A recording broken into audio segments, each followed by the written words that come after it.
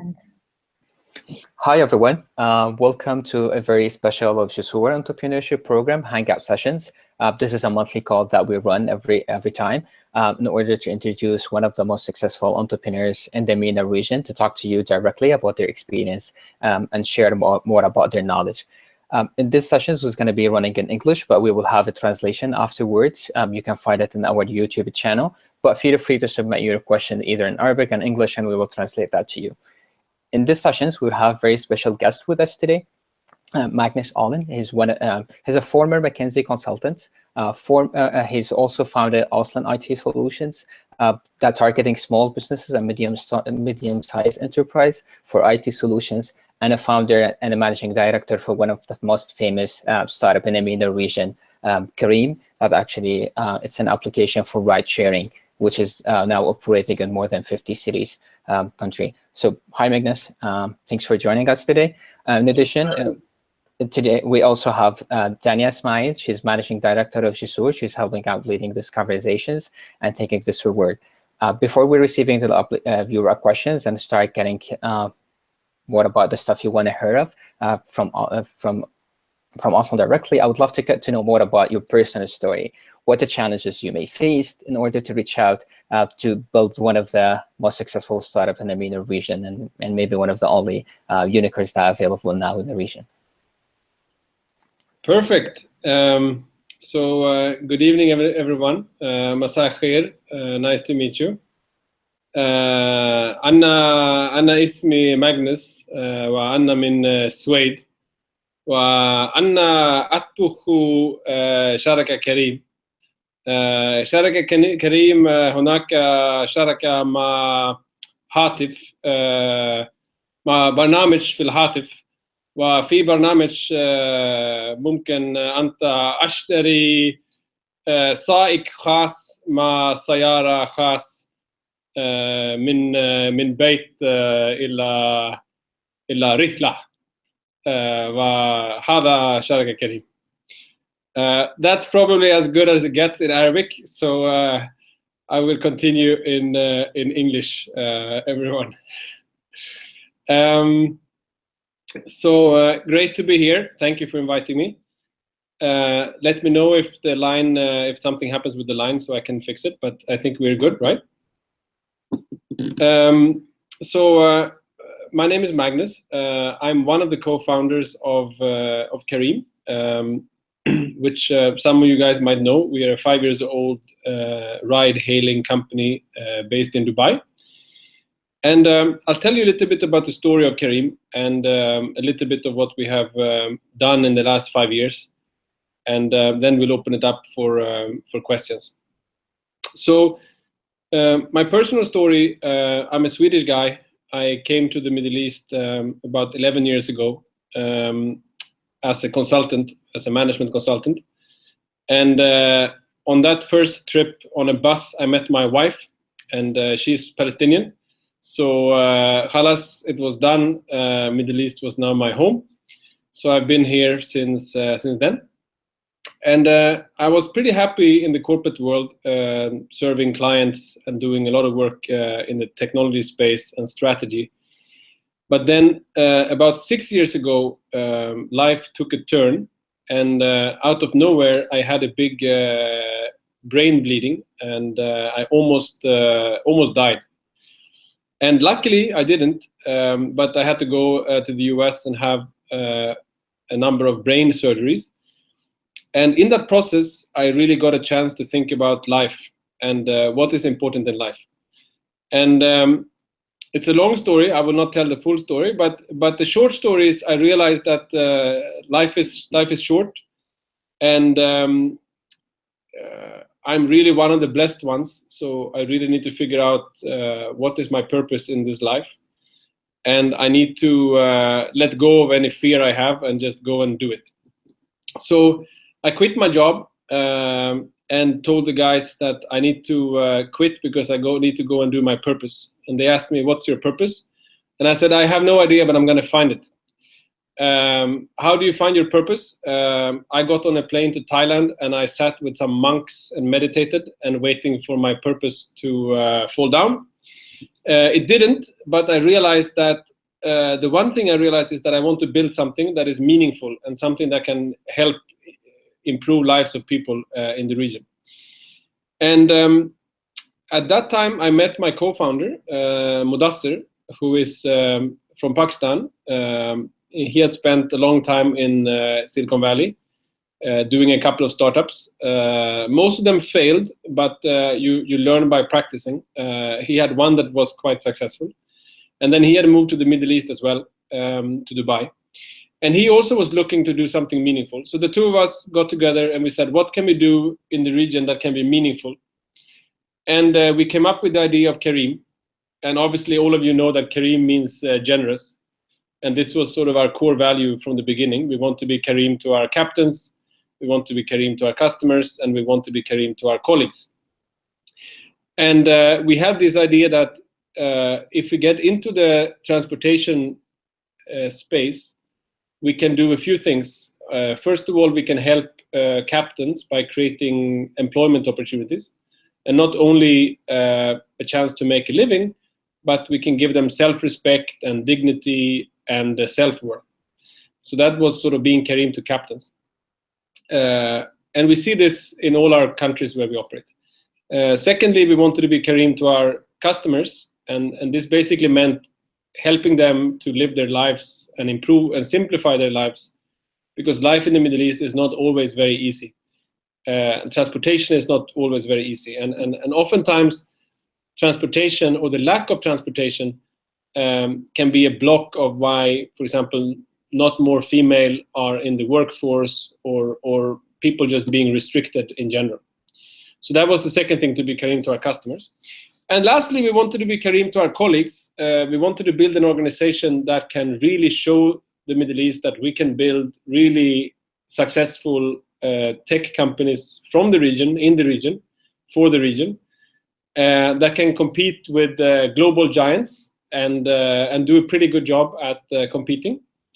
And we hope that if we can do that, we can show people in the region, and particularly the youth in the region, that this is possible to do here.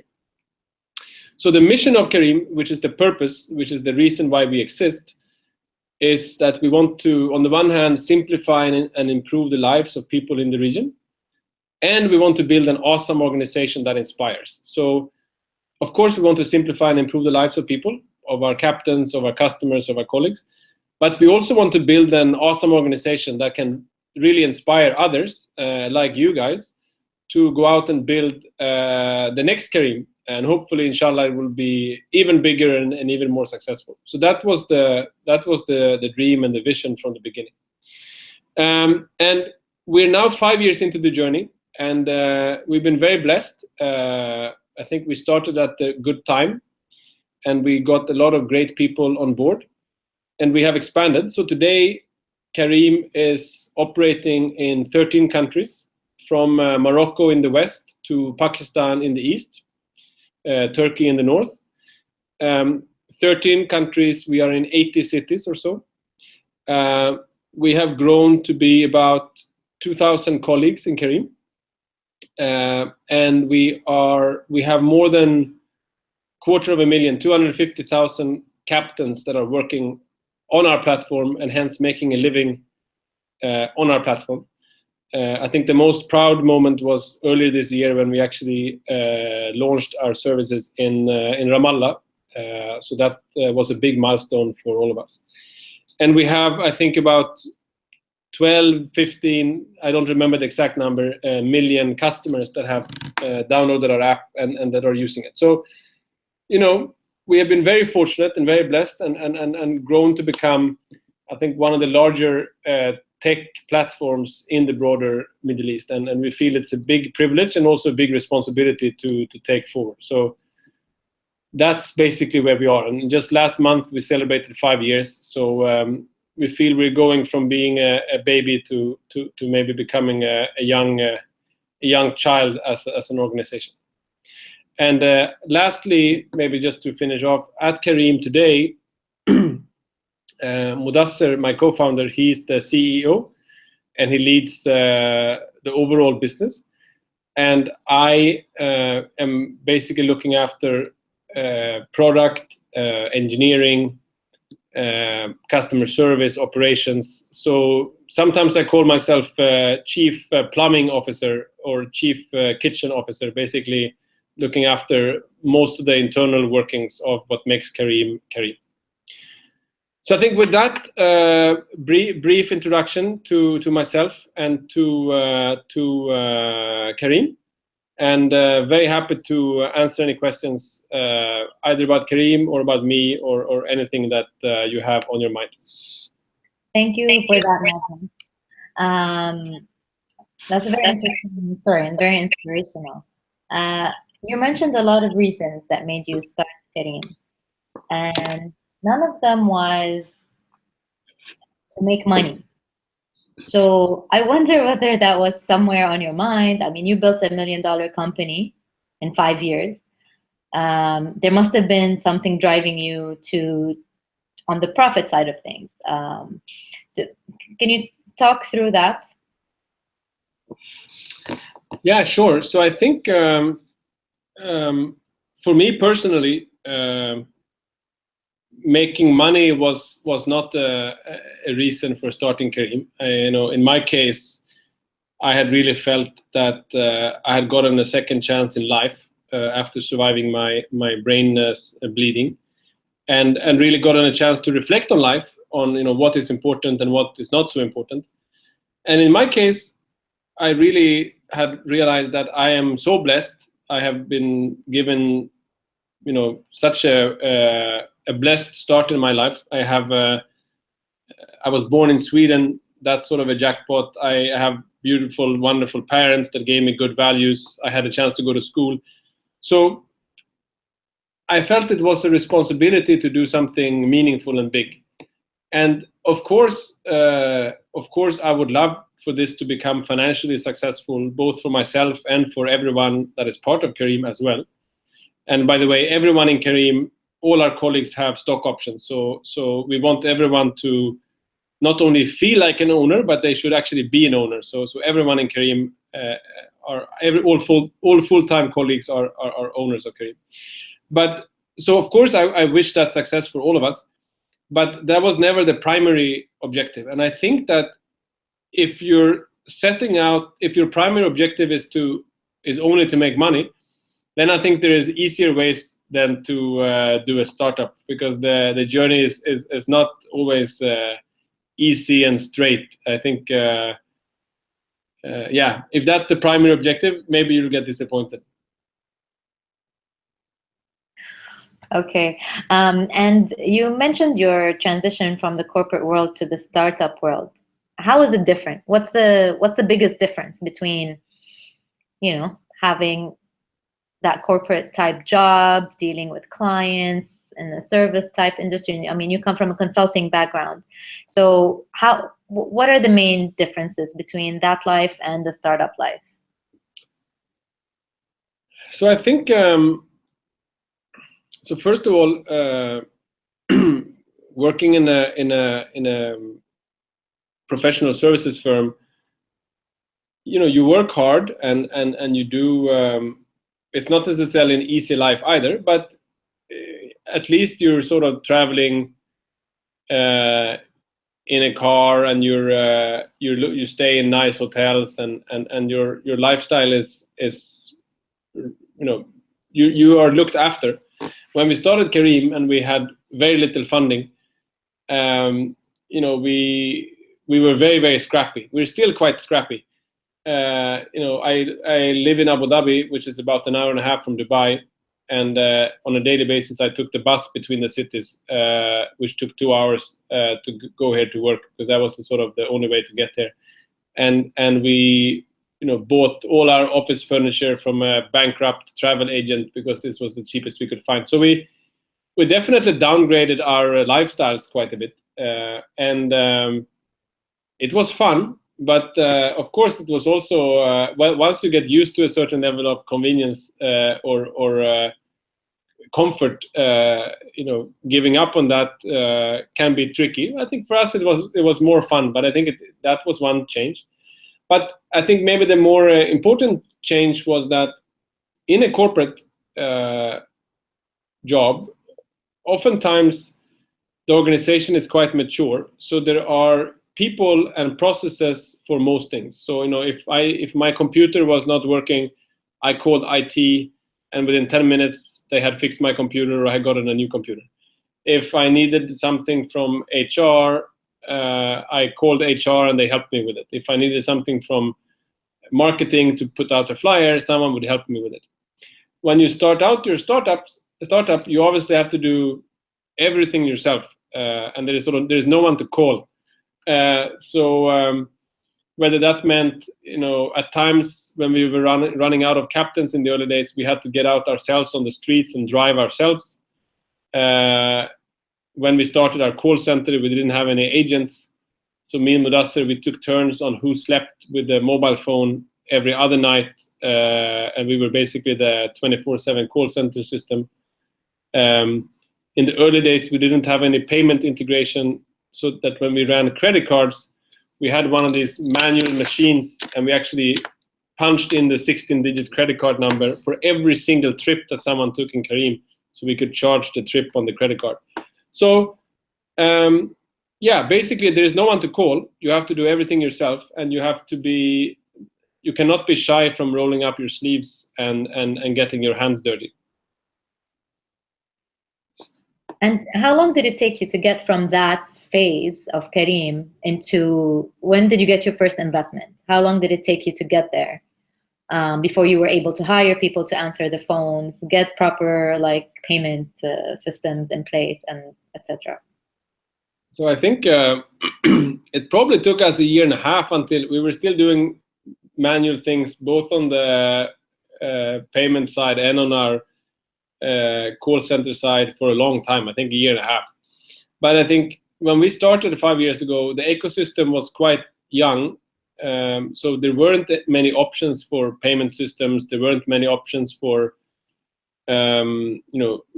e-commerce platforms, and we had to sort of build everything ourselves. I think today in the region there has been a lot of progress, so that there are a lot more tools or platforms available that people can build on top of.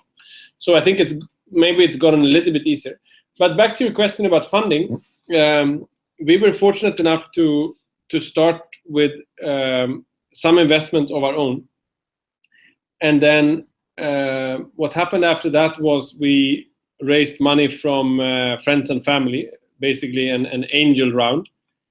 And again, we were fortunate enough to have people that we knew that would trust us with investing some money, because at that point, we had obviously for sure no profits, but probably not even any revenue, but we had an idea and we had a lot of passion. So at that point, people basically invest because they believe in you, not in the business, but they believe in you as a person. And that happened. That probably happened after 6 months, maybe, because we spent the first 6 months at least building something that we could show, even to our very trusting friends. We had to show something, that there was something for them to believe in. And then about another 6 months later, so we're now maybe 1 year into Careem, we got our first investment from a VC firm, which was a STC Ventures, which is the VC arm of Saudi Telecom. And they were the only VC at the time that believed in us. We got no from basically everyone else, but for some weird reason, these guys actually said, let's take a bet on these guys and give them some funding. So tell me, was it discouraging to get no's from a lot of VCs? And how did you overcome that, if that was a setback in any way? No, of course it's hard to say no. It's like going on a date and getting a no. Of course it's tough. But you just have to keep trying. I mean, we got a lot of no's. Some no's are maybe, we met one VC firm and they were not investing in transportation. They wanted to invest in digital media. So some no's are easier to understand. But some no's, they hurt them more when you're sitting next to someone or opposite someone and they tell you, we don't believe that you are we don't believe that you have what it takes to be an entrepreneur, so we're not going to invest in you. We like the idea, but we don't think you can make it. Of course, those no's are harder, but you just have to brush it off and get back up again. Yeah, I guess everybody has to go through it. So let me ask a little bit about your relationship with Mudassir. So did you guys come up with the idea together? Did one of you have the idea and was looking for a partner to complement them and help them build it? How did that relationship happen? So it's a blessing to have a co-founder, or now we actually have, we're 3 co-founders. Abdallah Elias came on board about 2 years into the journey.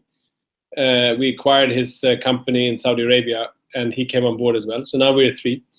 But I would highly encourage everyone to try to have at least one co-founder. When times are great, it's wonderful to have someone to celebrate with. And when times are not great, and it seems that those happen more often, it's nice to have someone to lean on when it feels challenging. And in our case, me and Mudassir, we knew each other a little bit from McKinsey. He was also a consultant like me, and he was also interested in technology. But other than that, I think we are quite different. We come from different countries, we have different upbringings, different cultures. So I think we're actually quite different. But we both shared the idea that we wanted to build something meaningful and big. This was a very shared view. And I think it's important when you find a co-founder that you really have a conversation of, why do you want to do this? And really be honest. It's okay if you want to do something to make money. Or it's okay if you want to do something to be famous. Or it's okay if you want to do something because you really care about a cause. But you really need to be explicit with your co-founders so that you know, and I don't even think that you have to have exactly the same reason, but you need to know the reasons, because as things are changing and evolving fast, particularly in the early days, and you might pivot many times. Maybe after a couple of pivots, you are no longer doing something that makes sense for one person, but it still makes sense for another person, and then you have to have the courage to have those conversations. So having those discussions early on is important. And to your question of, was it one of us that had this idea? Basically, we both had the same criteria. We wanted to build something meaningful and big. These were the 2 things. And as ex-consultants, what do you do when you are a consultant? You basically create PowerPoint pages. So we created a PowerPoint page that on the one axis had meaningful, and then on the other axis it had big. It looked something like this, and we plotted a lot of ideas, and we looked at stuff in education, we looked at stuff in healthcare, we looked at stuff in food, and then I think Mudassir came up with the idea of, why don't we look at transportation? So I think Mudassir was the person of us that had the idea of transportation. I was not super excited initially, because I felt like, how meaningful is transportation really going to be? It doesn't feel very meaningful. You get a second chance in life and you start a transportation app. It doesn't feel like the right thing. But then the more we looked at it, the more we realized that there is opportunity to do something meaningful, both for our captains and for our customers and our colleagues. And then when we came up with the name Careem, and we said this is really the core value of us being Careem, then it felt like it was the right thing. So it was a journey. But you keep saying that you're creating something meaningful for your stakeholders. How are you doing that with Careem? So take on the customer side.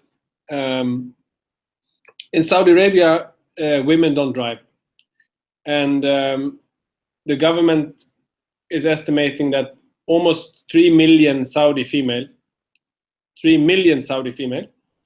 they would work today if they just had a way to get to and from work, but they don't have a convenient, safe, and affordable mode of transportation.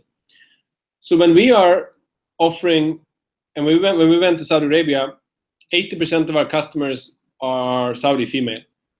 And, they're not just going out and using Careem because it's so fun to try to use a car booking app.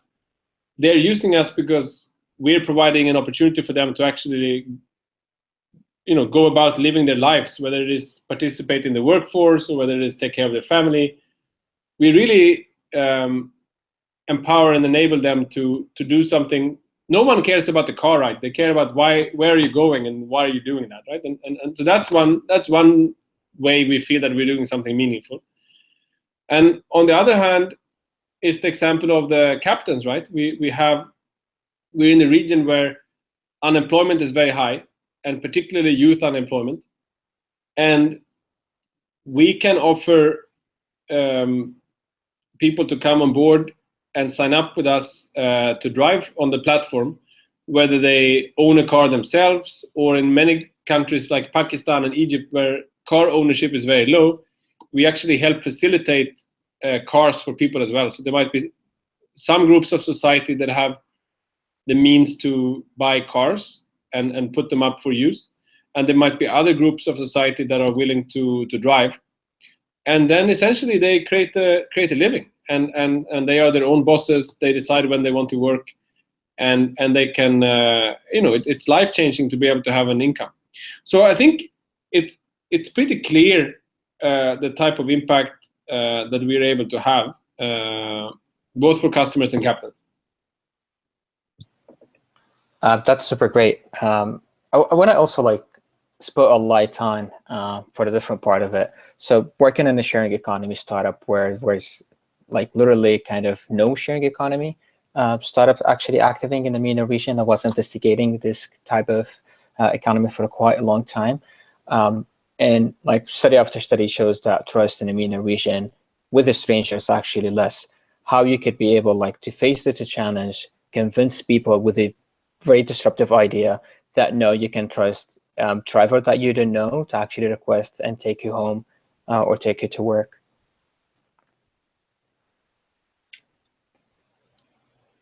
So I think maybe two thoughts. The first one is, and I'm going to call you on one of the words you used. You said disruptive ideas. I have a thesis. My personal view is that, if you're in Silicon Valley, unless your startup is disrupting something, you're not one of the cool kids, and no one is going to fund you or believe in you unless you're disrupting something. In the Middle East, and in many developing markets, I don't think it's only the Middle East, but in developing markets, I don't think that's true. Because in many parts of our economies and societies, many business verticals or industries are quite nascent. And you can build a business not by disrupting some existing business, but rather by just enabling a service that didn't exist. So when we go to Pakistan or when we go to Saudi Arabia, there wasn't any large-scale taxi system that we were disrupting at the scale that we are at. In many places, there wasn't even any public transportation infrastructure. Okay, there might be a few buses here and there, or there might be a metro in a city here and there, but there is no sort of large-scale public transport infrastructure that we are actually disrupting. So I don't believe in the notion of disrupting. I believe in the notion of enabling. And I think that's why my advice typically to entrepreneurs is that figure out what you're passionate about. It doesn't really matter exactly what it is, but figure out what you're passionate about and then go out and make it happen. Because I'm sure that there is white space in that industry to do something great and create a business out of it. Now, in terms of how you gain trust, it's hard. When you are a marketplace like us, there is customers, they will only come to the platform if they trust that they can get a ride, a reliable and affordable ride. And captains will only come to the platform if they believe that they can actually make a decent living from being on the platform. And if you don't have any customers, then no captains will come. And if you have no captains, no customers will come. So this is sort of the chicken and the egg. And it's always the case with the marketplace business. And I think our trick was, when we started, we only offered pre-scheduled bookings, which basically meant that the customer could log into the platform and he could book a car, but at least 2 hours in advance, which meant that then we had at least 2 hours to find a car. And in the beginning, before we had built any sort of technology, that literally meant us going through an Excel file with a list of 20 captains that we had met in the airport. And we called them one by one and to see, Kushid Bhai, are you free? No, I'm busy. Okay, Hafiz Bhai, are you free? Yeah, I'm free. Okay, I have a booking for you in 2 hours. So the liquidity of a marketplace business, you can help that a little bit by making it a little bit less on demand rather than more on demand. So we had at least some time to find a captain. Now, sometimes this meant that we got the booking at 1 a.m. in the morning for 3 a.m. and we had to call all our captains and wake them up to find someone that was available. But at least we had some, we could actually create a little bit of time to create a supply. So I think that's one thing we did. And the other thing was that we were absolutely crazy about the experience. Like if people book a car and they are to trust you that they have a good experience, you need to do anything and everything you can to make sure that that ride goes well. So as I mentioned already, if we had to drive ourselves, we drove ourselves. If we had to go down to a hotel and borrow one of their cars or rent one of their cars because we were out of cars, we did it. And if we were 5 minutes late, we refunded the whole trip because we said, even if you as a customer said that 5 minutes was okay, it wasn't okay for us. So I think you need to do a lot from day one to really build the trust and put the quality bar really, really, really high. I think that's the way that you can get a sharing marketplace business to get going. So let's talk a little bit more about Careem and the markets that it's operating in. In comparison to Uber, this question had to come up. How do you differentiate yourself from Uber? And what do you say to people that say Careem is a copy of Uber? And there's a statement that we found on your website that says Careem is revolutionizing the transportation industry. And we got asked this question once we announced the interview with you. Like, how do you see yourself as revolutionizing the transport industry when Uber kind of came in and, again, using the same word, disrupted that, or presented the same kind of service in the transportation industry before Careem did? Well, what would you say to that? So I think first let's get the facts straight. So we were obviously first in the region, and when we launched, we were a web-based, pre-scheduled corporate service, right? So this was there was no other player, I think, that was operating the way we were operating. We were serving corporate clients. We didn't have any apps, and it was a purely pre-scheduled service. And so from day one, we were not trying to copy any other company that we had seen, but we were solving a local problem. And we started by solving the problem of the local business traveler, because that was a problem that we knew very well, because we had been in those shoes before. And so I think the first point is that you really need to solve a local problem. You need to understand your local customer, the local needs, and build a product that caters to their needs. And then obviously keep refining as you go along. And versus some of our global competitors, what are some of the differences, and how do we compete? Of course, it's a question that we get from time to time. I think, first of all, we believe that having what I mentioned, having a better product that is suitable for the region.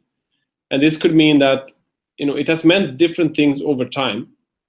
But from the early days, the region is not the most reliable ever. So having a pre-scheduled booking versus having an on-demand booking was important for our corporate clients. In Dubai, many of our captains and customers didn't speak the same language, so it could lead to challenges. So having a call center that could support both customers and captains that you can call, and also for safety reasons, was important. When we launched in Saudi Arabia and Egypt, allowing cash bookings versus only credit card bookings, because most people don't have a credit card, was important, and we were first with that as well. When it came to the safety and privacy of our customers, launching services that protect the privacy of the phone number when you call your captain or when the captain calls you, we have done. When it comes to mapping in the region, we all know that locations are tricky in the region. We don't necessarily use street addresses, but we talk about locations as between these two buildings, and then there's a pharmacy, and then the third door on the right, that's sort of my house. And we basically built our own location system and location database to cater to the region. So I think on the first point, it's about really building a product for the needs of your market and really understanding your market and building the product for that. That's the sort of, I think that's a generic recommendation and advice, and it's also what we have been doing. The second thing we've been doing is we believe in being very local again, and not just on the product, but also on our partnership. So we, from the very early stage, we took a partnership approach with the local governments and regulators and said, hey, we're here to collaborate. Let us know how we can best work with you. We have collaborated with a lot of the local large companies, whether it is Emirates or whether it's Etisalat, whether it's SEC, whether it's Etihad, Vodafone in Egypt. So a lot of the large local institutions, whether they are government or they are private companies, we have sort of partnered with and integrated with in a very localized approach. That's the second thing. Thirdly, I think on the brand and on your messaging, you need to be hyper local. And you cannot even just say that you're local in the region, but every country is different, and not even every country, but every city is different. Like the way we talk to our customers and captains in Jeddah is different than how we talk to our customers and captains in Riyadh. And the way we talk in Karachi is different than how we talk in Islamabad or Lahore. So being very localized also when it comes to your branding and messaging and tone of voice is important. And I think lastly, what we have done is, and how we're different is, I think our team, over the last 5 years, we have built a very, very strong team across all functional areas. And I would claim proudly that I think, without any doubt, Careem has the strongest talent base in all of the Middle East. Many of the people we have in engineering and product, data science, and all other disciplines are true rock stars. And if you're really a rock star person, would you rather be part of in the middle of the center of a company that is being built here, or would you rather be part of one of 700 global cities for a global company? And I think many people, particularly people that have some entrepreneurial spirits, they definitely would like to be part of building something themselves. So I think these are, some of the things that I think we are doing quite actively, focusing on to be able to be successful. So, so you mentioned that you have your markets are Pakistan, Egypt, Saudi Arabia. What are your other markets? What are your big markets and big targets to get to? I mean, how did you get to the $1 billion valuation? That's pretty big. What was it based on? Which markets? So I think when I go around and speak to investors and very proudly pitch what we call the broader Middle East, we tell people that from Morocco to Pakistan, including Turkey, it's a super exciting region. It's about 700 million people, which is basically 10% of the world population. The demographics is young. Average age is 25. Smartphone penetration is super high, 40% smartphone penetration and growing. So this is one of the most connected and young and dynamic populations in the world, and it's super big. So that's why the region is super exciting. That's what we tell our investors. And as we all know, our region isn't that homogeneous, but it's actually a bunch of different countries, and they can look quite different. On the one hand, you have the Gulf countries that are a bit more, I guess, rich, economically strong, and then you have the more populous countries like in Egypt or Pakistan that have lower relative economic output per capita. And I think this provides for an interesting mix, right? There is a lot of people, and the opportunity is large. And as I mentioned before, there is a lot of opportunity to develop and build something because infrastructure in many verticals do not exist. So I think what has allowed us to grow so fast and what has allowed us to I guess achieve a high, create a lot of value for investors is that the opportunity size is great, both in terms of just population and in terms of the type of penetration and addressable market that you can have. And just for an example, if you launch a car hailing service in Sweden, where I'm from, we have great trains, we have great metros, we have great buses, we have great there is so many different options that are in the public transport system. So you don't really need ride hailing that much. In this part of the world, in most cities, there are some exceptions, but in most cities there is very few options that exist. So we sort of become one of the only options that people can use to move around. And that's why I think there is so much value in our type of service in this part of the world. Excellent. So I'm going to ask my last question, and then if Sufyan has any other questions, and there's also some people that have been watching us live that have a few questions to ask. Sure. So for me, I'd like to know, what is your end goal as Magnus, as a co-founder of Careem? What is the end goal for Careem? Is it an exit, or do you want to continue to run a company that has good values? And if it is this or that, how do you plan to achieve it? Whatever your answer is. Yeah, so I think, as I mentioned, our purpose of Careem, the mission or the purpose, which, as per a strategy textbook is supposed to be eternal, you never finish your mission, is to simplify and improve the lives of people in the region and to build an awesome organization that inspires. So we feel that to build an awesome organization that can inspire, we need to stay independent, because if we were to get acquired, then there would not be much left to be inspired by. So our goal and vision is definitely to sort of continue building Careem into a super successful and inspiring technology company in the region.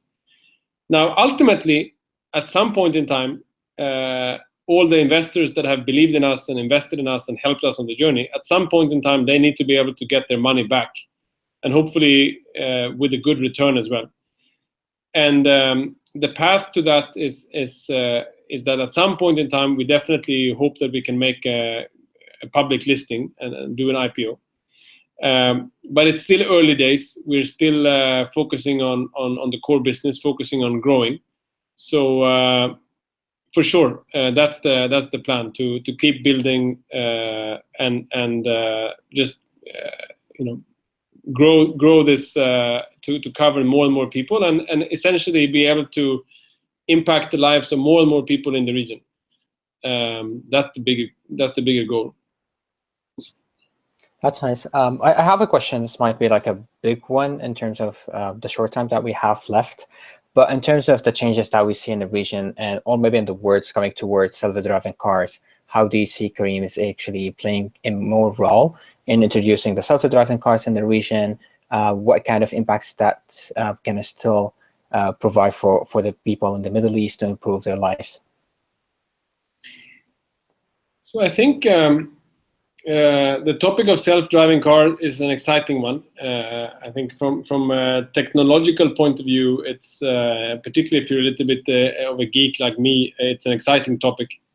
And also it proves or it has the promise to help actually provide for an even safer mode of transportation, because we all know that if you look at the statistics, most of the reasons for accidents in traffic or in our cars is actually from the human cause. So longer term, I think self-driving car has a lot of promise. Now, my view is that it's going to take a while until this becomes a reality on our roads in most of our cities. I think there are some exceptions in our region, which is the UAE and particularly Dubai are quite visionary in terms of their strategy for the Emirate, and how they want to build a super modern city. So I would not be surprised if Dubai is one of the cities globally that rolls out autonomous vehicles at scale among the first cities. And we are obviously very excited to be part of that. And we think that the way to do that is to partner with other technology companies that have some of the technology, and then we can offer the best experience for the customers to book these and make sure that the dispatching and allocation happens in the best way possible. So I think it's exciting. I think for sure this is here to stay, but it's going to take a while until we see it mainstream in our region, and it will definitely first show up on the streets of the UAE, will be my prediction. Wonderful.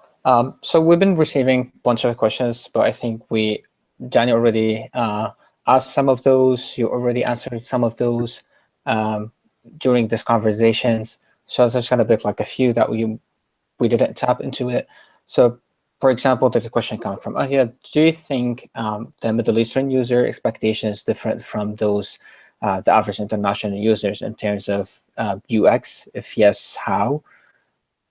That one of the questions. The other one is, so I'm gonna like have those three questions up and then we can wrap up. So do you think that increasing the number of partners, co-founders at the beginning of establishing the business will actually have a more effective on the success of the projects? What that does not matter that much? So those are like the two questions that I think can have a short answer for. Yeah, so I think on the first one on UX, and I'm not fantastic at the UX and design myself. I'm much more of a functional type of guy. But I think I have two answers to this question. On the one hand, I think that the users of the region, they have grown up with the internet, they have grown up with mobile, and they're very young. And as we know, I don't remember the exact numbers, but I think the region has among the highest use of YouTube, Twitter, and other mobile platforms per capita in the world. So people are used to using, the best of the breed. They're used to using global apps, and they're used to having a fantastic user experience. So I think that it's no longer the time when you could launch an application or a site that is not up to the global standard, because customers are demanding, because they have other choices. So I think UX is important, and I think it's as important for users in this part of the world as it is anywhere else. Now, the one small caveat I would add, or comment I would add, is that for a business like ours, like Careem, the main purpose for you using Careem as a customer is to be able to get a car that can take you from A to B. You're not having the actual experience is not in the app. The actual experience is in the car. So I think for a company like us, if we can provide a superior experience, which is the right experience, maybe customers would be a little bit more forgiving on how our app looks like if we are providing a really excellent core experience, so the right experience. But if your business is one that only lives in the app and everything happens in the app, maybe you're building a game or you're doing something else that is in-app only, then I think the bar for the UX experience is even higher. So I think that would be something to think about. In terms of the second question around, is it better to have more co-founders in the beginning or more partners to make the success of the business? I don't think that's always true. I think it is good to have a team of people if you have different skills. So maybe someone can be the technical co-founder, maybe someone can be the more commercial co-founder, etc. But I also think that if you are too many co-founders or too many partners, most likely what's going to happen is that you're not going to agree on every point, and if you have too many, if there are too many cooks in the kitchen, I think it might actually become counterproductive. So if people actually add a unique and strong, important contribution and skill, then it's great.